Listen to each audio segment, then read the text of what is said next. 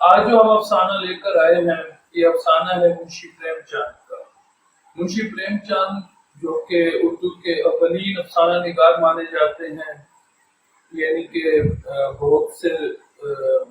محققین کا یا نقادوں کا یہ ماننا ہے کہ اردو افسانے کا آغاز منشی پریم چاند نے کیا ہے۔ تو وہ اولین ہوں یا نہ ہوں اس بحث سے قطع نظر بہت بڑے افسانہ نگار تھے، اور آج ہم جو افسانہ کا پیش کرنے جا رہے ہیں جس کا عنوان ہے کفن، یہ منشی پریم چاند کے نمائندہ افسانوں میں سے ایک ہے۔ اس افسانے میں 3 کردار ہیں، ایک ہیسو، اس کا بیٹا مادھو اور مادھو کی بیوی بدھیا۔ اب اگر مختصراً ان کرداروں کا تعارف پیش کیا جائے تو یہ ہے کہ جو ہیسو ہے وہ ہر درجے کا کام چور ہے، ہر حرام ہے اور ساتھ میں فلسفی بھی ہے، اور جو اس کا بیٹا ہے مادھو وہ اپنے باپ کی نقل ہے، یعنی وہ ہر حرامی میں اور کام چوری میں اپنے باپ کا بھی باپ ہے۔ اور جو بدھیا ہے اس کا بھی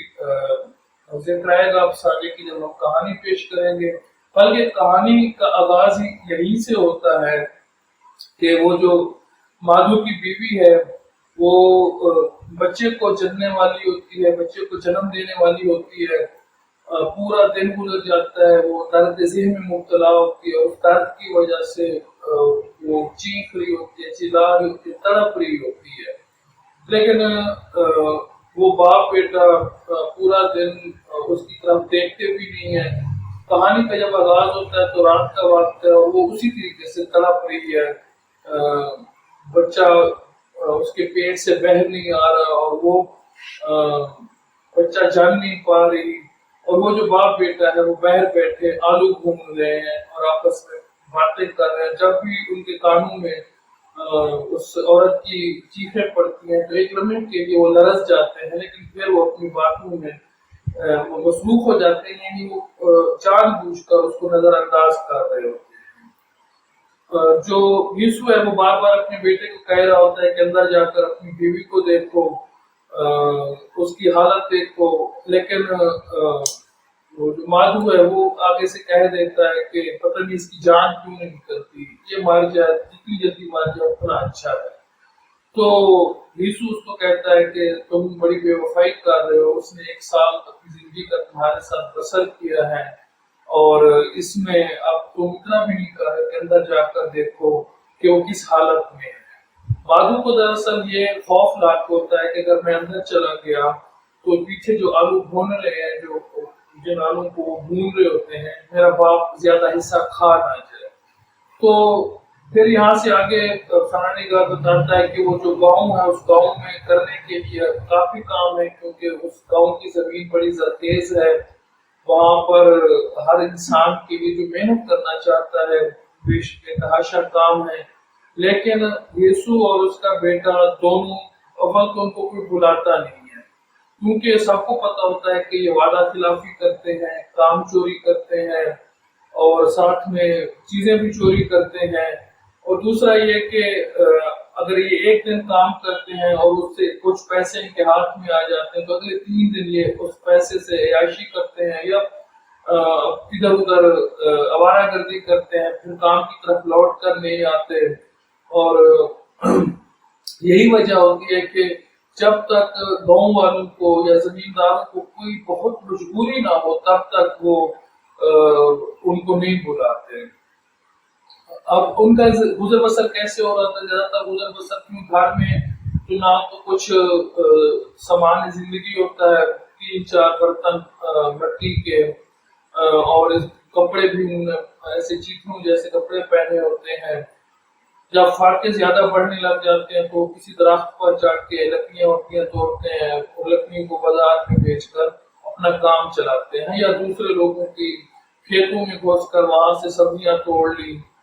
جیسے وہ بھی جو آلو وہ بھون رہے ہوتے ہیں وہ بھی وہ کسی کھیت میں گھس کر چوری وہ آلو توڑ کر لاتے ہیں جو کھانے کے لیے تیار کر رہے ہوتے ہیں۔ تو یہی وجہ ہے کہ جو ان کی زندگی کا جو پہیہ ہوتا ہے وہ اسی طریقے سے ہر حرامی پہ چل رہا ہوتا ہے۔ تو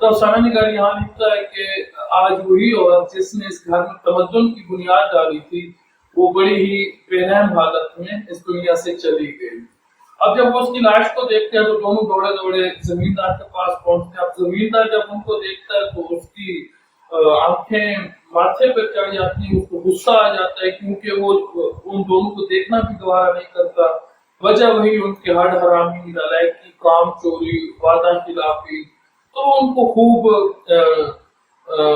سخت باتیں کہتا ہے، ان پہ گرجتا برستا ہے، لیکن آگے سے جو بھیشو ہے وہ زمانے کا اس نے پورا رنگ دیکھا ہوتا ہے، وہ اچھی طریقے سے خوشامد کرتا ہے، چاپلوسی کرتا ہے اور اس کو بتاتا ہے کہ میری بہو مار گئی ہے اور کفن کے میرے پاس پیسے نہیں ہیں، اور وہ آپ کو جانتے ہیں کہ اب اس نے اگلے جہاں جانا ہے تو اس کا انتظام کیے بغیر تو یہ اچھی بات نہیں ہے، یعنی وہ دکھتی رات کو پکڑتا ہے۔ زمیندار پیسے جیب سے نکال کے اس کے آگے ڈال کے وہاں سے چلا جاتا ہے۔ اب جب زمیندار نے پیسے دے دیے تو گاؤں میں وہ بھیشو اس بات کا خوب ڈھنڈورا پیٹتا ہے، جتنے بھی پیسے والے دوسرے لوگ ہوتے ہیں سب کے پاس جاتا ہے اور بتاتا ہے کہ زمیندار نے پیسے دیے، تو باقی لوگ کے ساتھ میں پیسہ دینا شروع کر دیتے ہیں۔ تو یوں کرتے کراتے نا ان کے پاس 5 روپے جمع ہو جاتے ہیں۔ اب جو ان کے ہمسائے ہوتے ہیں جب وہ سنتے ہیں کہ وہ عورت فوت ہو چکی ہے، کوئی لکڑیوں کا انتظام کرتا ہے، کوئی گھی کا انتظام کرتا ہے، تو اس طریقے سے باقی چیزیں بھی وہ ساتھ ساتھ جمع ہونا شروع ہو جاتی ہیں۔ تو باپ بیٹا کہتے ہیں کہ اب ایک چیز رہ گئی ہے، وہ ہے کفن۔ تو ہم ابھی شہر جاتے ہیں اور شہر سے وہ کفن لے کر واپس آتے ہیں۔ جب وہ شہر پہنچتے ہیں تو ان کے اندر کا جو حیوان ہوتے ہیں تو وہ جاگ اٹھتا ہے، تو وہ عجیب و غریب طریقے سے اس پیسے کو اڑانے کے جواز تراشنا شروع ہو جاتے ہیں۔ پھر وہ اپنے بیٹے کو کہتا ہے کہ دیکھو کل تک جو روپے کو ترستی تھی آج اس کے لیے 5 روپے جمع ہو گئے ہیں۔ اب اس 5 روپے کا کیا فائدہ؟ وہ 5 روپے کا کفن ہم لے بھی جائیں اور اس کفن کو اس کفن میں اس کے کام تو نہیں آنا، وہ تو آپ کے ساتھ جل جائے گا۔ تو جب ایک چیز نے جل ہی جانا ہے تو اس پر پیسہ برباد کرنے کی کیا ضرورت ہے؟ تو اس طریقے سے وہ باتیں کرنا شروع ہو جاتے ہیں اور وہ دونوں خوب جانتے ہیں اندر سے وہ دونوں کیا سوچ رہے ہیں۔ تو یہاں افسانہ نگار بڑے طنزی انداز سے لکھتا ہے کہ وہ اتفاق سے یا جان بوجھ کر وہ اپنے آپ کو ایک شراب خانے کے سامنے موجود پاتے ہیں۔ تو جو وہ اندر چلے جاتے ہیں اور شراب منگواتے ہیں اور شراب پینا شروع کر دیتے ہیں۔ تو اب شراب بھی پی رہے ہیں تو تھوڑی دیر کے بعد اس کا بیٹا کہتا ہے کہ بڑی ہی نصیبوں والی تھی، ضرور جنت میں جائے گی، کیونکہ دیکھو اس نے ہمارے لیے آج ایسے پیسوں کا انتظام کروایا ہے۔ تو اس کا باپ بھی کہتا ہے کہ ہاں واقعی میں وہ جنت میں ہی جائے گی، دیکھو اس پیسے سے ہم شراب پی رہے ہیں، ہماری شراب پینے سے ہمارے جسم کو ہماری روح کو سکون مل رہا ہے، تو یہ جو سکون ہے یہ ثواب ہے اور یہ ثواب اس کو ملے گا اور اس طریقے سے وہ جنت میں چلی جائے گی۔ تو اس طریقے سے وہ حقیقت سے فرار ہو رہے ہوتے ہیں، اس طریقے سے وہ پیسہ تو انہوں نے اڑانا ہے تو اس طریقے سے وہ اپنے آپ کو کہنے کے جواز فراہم کر رہے ہوتے ہیں۔ پھر تھوڑی دیر بعد وہ ڈھیر سارا کھانا منگواتے ہیں اور پھر وہ پیٹ بھر کر کھانا کھاتے ہیں کہ جیسے وہ ساری زندگی کھانا ایک ہی دن میں کھا جائیں گے۔ کھانا کھانے کے بعد وہ پھر شراب منگواتے ہیں۔ اب ایسا ایسا دن بھی گزر رہا ہوتا ہے، رات شام آ رہی ہوتی ہے، جیسے رات پڑتی ہے تو شراب کھانے میں دوسرے لوگ بھی آنا شروع ہو جاتے ہیں۔ اب ہر بندہ ان کو رشک کی نگاہوں سے دیکھ رہا ہوتا ہے کیونکہ وہ پیٹ بھر کے کھا رہے ہوتے ہیں اور شراب پی رہے ہوتے ہیں۔ تو جب وہ شراب پی لیتے ہیں، خوب کھانا کھا لیتے ہیں، تو بھیشو دیکھتا ہے کہ ایک بھکاری ان کی طرف دیکھ رہا ہے اور اس کی بھکاری کی نظروں میں سوال ہے۔ تو آج بھیشو کو اپنے اندر ایک فخر محسوس ہوتا ہے کیونکہ آج وہ لینے کی بجائے دینے والا ہوتا ہے۔ تو وہ بھکاری کو بلاتا ہے، کہتا ہے کہ یہ ایک مرنے والی کے صدقے ہمیں یہ سب نصیب ہوا ہے، تو یہ کھانا کھاؤ اور اس کے لیے دعا کر دینا۔ تو اس کے بعد وہ پھر وہاں سے اٹھتے ہیں، اٹھنے کی کوشش کرتے ہیں۔ تو بیٹا ایک بار پھر اپنے باپ سے کہتا ہے کہ ایسا نہ ہو کہ جب ہم مریں اور اگلے جہان میں جائیں تو وہ ہمیں مل جائے تو وہ پوچھے گی نہیں کہ ہم نے اس کو کفن کیوں نہیں دیا۔ تو اس کا باپ کہتا ہے کہ تم بے وقوف آدمی ہو، میں نے زندگی کے 60 سال ایسے نہیں گزارے، اب کفن تو اس کو ملے گا، بلکہ اس سے بھی اچھا کفن ملے گا جو ہم اس کو لا کر دیتے، تو کفن کی بات ہی نہیں ہے۔ تو اس کا بیٹا پھر پوچھتا ہے کیا وہ جنت میں تو جائے گی نا؟ تو اس کا باپ بھیشو کہتا ہے کہ اور کیا، یہ موٹے موٹے لوگ تو جنت میں نہیں جائیں گے، بلکہ وہی جنت میں جائے گی وہ بیچاری جس نے دکھوں کے ساتھ زندگی بسر کی ہے، تو پھر سے شانت ہو جاتے ہیں، پھر وہ وہیں پر گاتے ہیں، ناچتے ہیں اور نشے میں دھو کے وہیں پر گر پڑتے ہیں۔ اس طریقے سے یہ افسانہ اپنے اختتام کو پہنچتا ہے۔ اب اس افسانے میں اگر ہم بات کریں کہ افسانہ نگار اس میں کیا چیز پیش کرنا چاہ رہا ہے یا کیا چیزیں ہمیں سامنے نظر آتی ہیں افسانہ پڑھنے پر، تو ایک تو جو یہاں پر یسوع کا کردار ہے، بڑا زبردست کردار، جاندار کردار ہے، تو ہم دیکھتے ہیں کہ شعوری یا شعوری طور پر جو افسانہ نگار ہے اس نے یسوع کے کردار میں معاشرے کے دانشور کو پیش کیا ہے، سماج کا دانشور جو سماج کے مسائل کو خوب سمجھتا ہے۔ اب جیسے یسوع کی ہم بات کریں، جیسے وہ کہتا ہے کہ لوگ پیسہ بٹورنے میں تو کفایت شعاری نہیں کرتے لیکن لگانے میں کفایت شعاری کرتے ہیں، یا جس طریقے سے وہ لوگوں کے ہمدردی اور رحم کے جذبات کا فائدہ اٹھاتا ہے، تو اسی طریقے سے جو ایک دانشور ہوتا ہے وہ بھی لوگوں کے جذبات سے فائدہ اٹھاتا ہے، مسائل کی جڑ کو بھی جانتا ہے، مسائل کو بھی جانتا ہے، لیکن عملی طور پر وہ کچھ بھی نہیں کرتا۔ ہاں، جب کچھ عملی کرنے کا وقت آتا ہے تو وہ راہ فرار اختیار کرتا ہے، وہ حقیقت سے آنکھیں چرانے کی کوشش کرتا ہے۔ ہم بخوبی جانتے ہیں کہ جو منشی پریم چند ہیں وہ ترقی پسند تحریک سے وابستہ تھے، اور یا ان کا جتنا بھی ان کا افسانوی سرمایہ ہے وہ مقصدیت کے تحت لکھا گیا، تو یہاں پر ہمیں یہ چیز واضح ہوتی ہے کہ جو افسانہ نگار ہے وہ یسوع کے کردار میں اس دانشور کو تنقید کا نشانہ بنا رہا ہے کہ جو باتیں تو بڑی بڑی کرتا ہے، جو مسائل پر گہری نگاہ بھی رکھتا ہے، لیکن عملی طور پر وہ مسائل کو حل کرنے میں یا سماج کو بدلنے میں کوئی بھی اپنا کردار ادا نہیں کرتا، الٹا بلکہ وہ سماج سے لے تو لیتا ہے، اور جب دینے کی باری آتی ہے تو وہ پھر جواز کرتا ہے، وہ عجیب و غریب طویلات پیش کرتا ہے اور کوشش کرتا ہے کہ کسی طرح سے یہاں سے فرار ہو جائے۔ تو ایک تو یہ ہمارے سامنے آتا ہے یہ کردار، اس کے علاوہ جو ہم دیکھتے ہیں کہ سماج کا کردار، یہاں پر بھی افسانہ نگار نے بڑے طنز اور بڑے طنز سے کام لیا ہے کہ افسانہ نگار نے بار بار ایک چیز کو پیش کیا، تو اس کو اگر ہم مختصراً کہیں وہ یہ ہے کہ ہمارے سماج میں صدقہ و خیرات کے نام پر،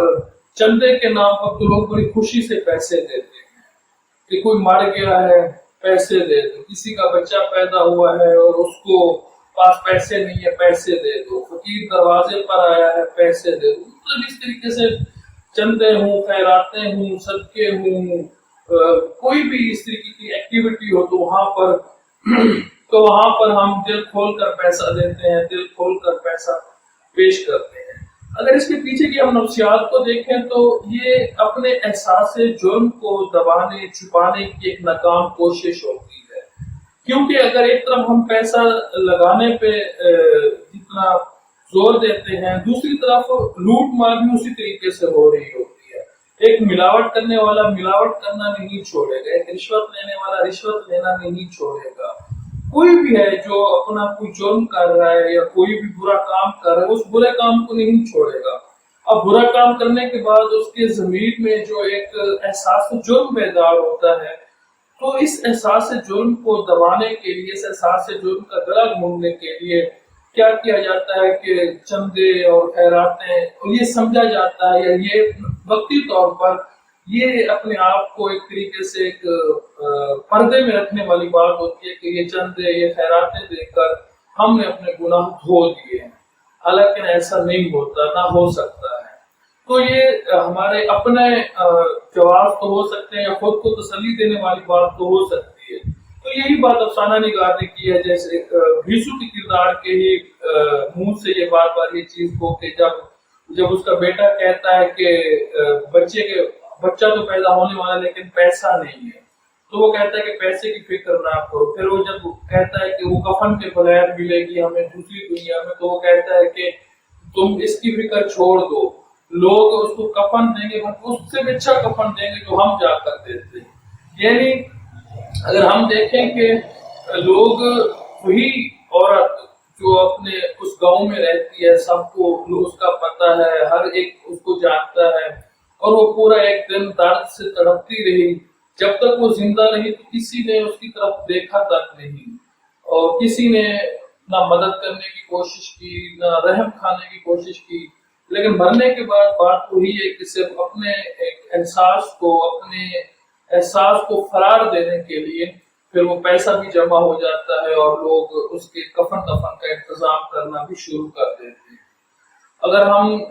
اس کی لاش کی بات کریں، بدیا کی، جس کے لیے کفن ڈھونڈا جا رہا ہے، جس کے لیے کفن خریدنے کے جا رہا ہے، تو وہ جو لاش ہے وہ ایک عورت کی لاش نہیں ہے، بلکہ وہ انسانیت کی یا سماج کی لاش ہے. کہ جو جب تک زندہ ہے کچھ بھی اس کے ساتھ ہو رہا ہے، کسی کو پرواہ نہیں.